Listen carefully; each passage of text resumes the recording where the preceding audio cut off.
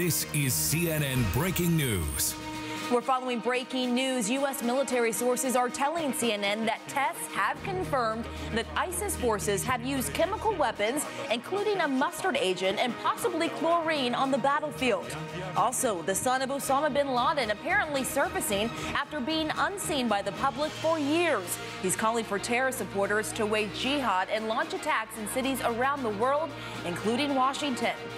And we're also following historic events nearly unimaginable just a year ago. The American Secretary of State presiding over a flag-raising ceremony at the American Embassy in Havana. After 54 years, it's once again open for business as the U.S. and Cuba reestablish ties severed during the Cold War.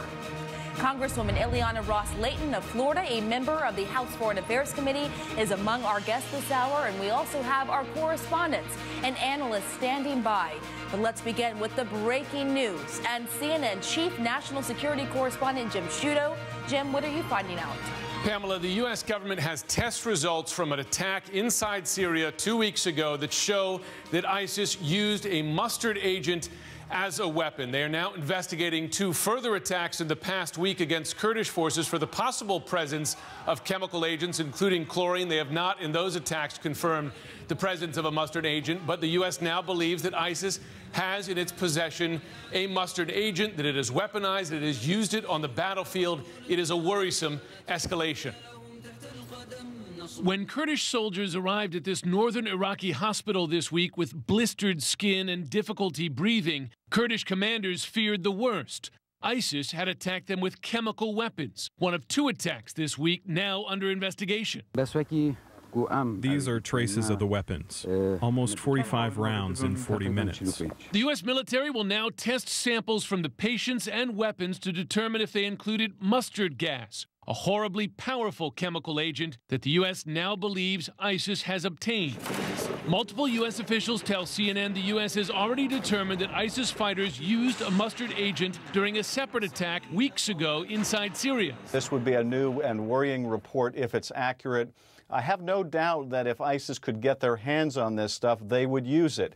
No level of violence is too great for this group. They glorify the terror that it creates. U.S. officials say it is possible the more recent attacks used chlorine, a less serious but still horrible chemical agent that ISIS has used before in battle, or possibly precursor chemicals, the building blocks of mustard gas. Some commanders downplay the battlefield effect of the limited use of chemical weapons, but such weapons can spark a new level of fear for Kurdish forces already locked in a stalemate with ISIS. Their MO is basically strike fear into the hearts of everybody, no matter what the tactic or technique is. The U.S. has not yet determined where or how ISIS obtained a mustard agent. It is possible they overran stockpiles not destroyed under the 2014 agreement to rid Syria of chemical weapons. It's also possible U.S. officials say that ISIS has developed a limited ability to manufacture them crudely on its own. Regardless, the introduction of chemical weapons into the war with ISIS presents the U.S. and its allies with a new and difficult challenge. I think it's very important for us to send a signal not only to the Kurds but to ISIS as well, that we are going to support the Kurds in any way that we conceivably can.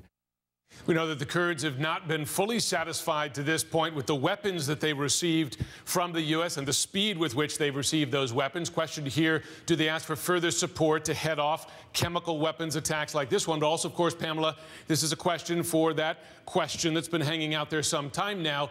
Do U.S. forces get more forward deployed in the fight against ISIS, whether they be ground spotters for airstrikes or forward deployed advisors? If ISIS now indeed has a chemical weapons capability, that would, of course, put those U.S. troops in greater danger as well. Jim Sciutto, thank you so much.